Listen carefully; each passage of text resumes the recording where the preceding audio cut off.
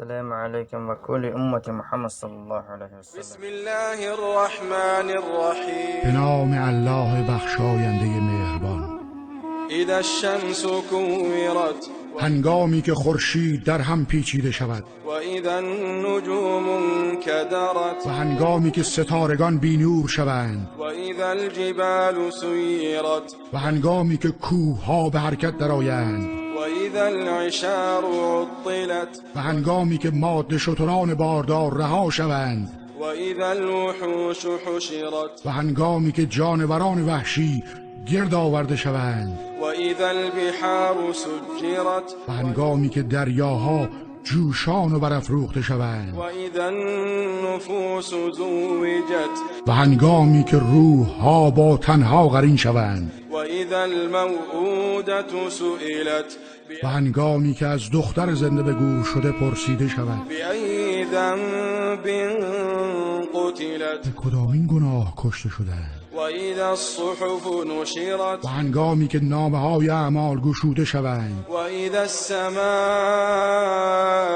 کشطت و هنگامی که پرده از روی آسمان برگرفته شود و اذا الجحیم سعرت و هنگامی که دوزخ افروخته و شعله‌ور گردد و اذا الجنة ازلفت و هنگامی که بهشت نزدیک آورده شود علمت نفس ما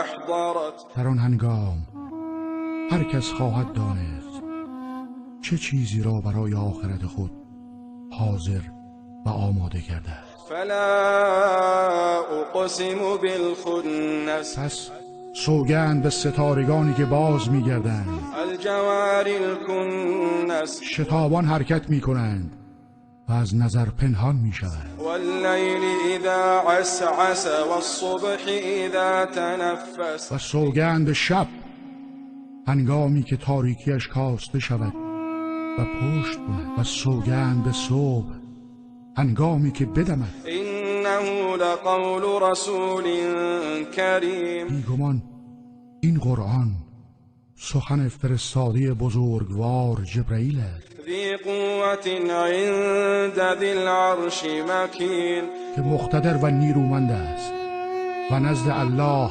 صاحب عرش مقام و منزلت والایی دارد. مطاع ثم امین در آسمانها مورد اطاعت فرشتگان و امین وحی است. و ما صاحبكم بمجنون و ای مردم، همنشین شما محمد صلی الله علیه و سلم دیوانه نیست ولقد رآه بالافق المبین و به راستی او جبرئیل را در افق روشن دیده است و ما هو علی الغیب بضنین و او بر آنچه از طریق غیب به او وحی شده بخیل نیست و ما هو بقول شیطان الرجیم و این قرآن گفته شیطان رانده شده نیست. فأین تذهبون این هو الا ذکر للعالمین پس به کجا می روید؟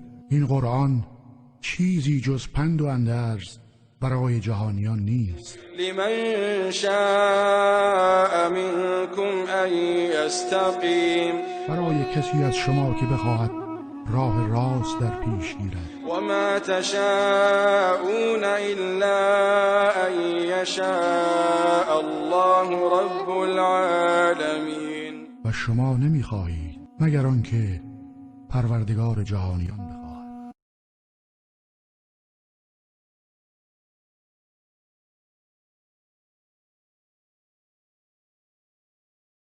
بسم الله الرحمن الرحیم